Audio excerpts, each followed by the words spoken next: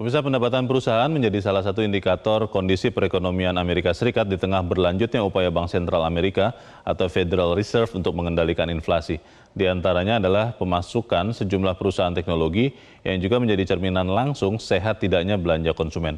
Informasi selengkapnya dilaporkan tim VOA dari New York, Amerika Serikat.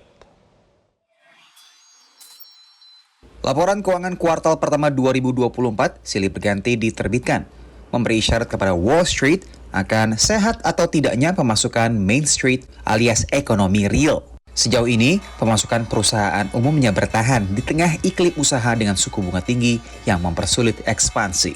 Expectations are very high coming into this earnings season, and what we saw with companies beating their earnings, that they get rewarded less likely positive, and companies who miss their earnings are punished much harder than average. Setelah pada pertengahan April, bank-bank terbesar menerbitkan laporan keuangannya, jelang akhir April, giliran perusahaan-perusahaan teknologi dari Silicon Valley. Perhatian investor tertuju pada laporan keuangan raksasa teknologi yang dikenal saat ini sebagai The Magnificent Seven. Perusahaan-perusahaan ini mencakup Alphabet, induk perusahaan Google, Apple, Amazon, induk perusahaan Facebook Meta, kemudian Microsoft, Nvidia, dan juga Tesla. Pemasukan Tesla akhirnya mengecewakan, meski rencana penjualan model EV lebih murah mendapat reaksi positif dari pasar. Sebaliknya, pemasukan Meta melebihi ekspektasi, tapi terbenam oleh pengumuman pengeluaran modal ke depannya. Sementara pemasukan Alphabet dan Microsoft terangkat oleh teknologi kecerdasan buatan alias AI. I believe there is still room to grow for big tech. Unfortunately, the biggest of the big tech names, that being NVIDIA, doesn't report till May. So even if we have a couple of hiccups with respect to the other big tech names over the next couple weeks, NVIDIA can come to the rescue later in May, as they have tended to do over the course of the past year and a half.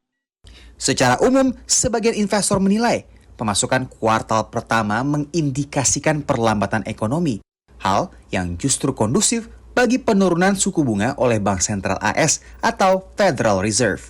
Too good earnings could lead to concerns with the Federal Reserve staying higher for longer. So we're all rooting for good earnings. We're all rooting for a soft landing.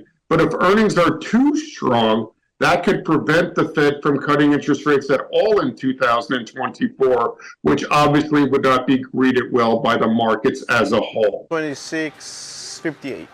Laporan terbaru Departemen Perdagangan Amerika Serikat menunjukkan indeks harga pengeluaran konsumsi pribadi inti atau Core PCE, indikator yang paling diacu The Fed dalam kebijakan suku bunganya, akhirnya juga masih relatif tinggi, yakni naik 2,8% dibandingkan tahun sebelumnya.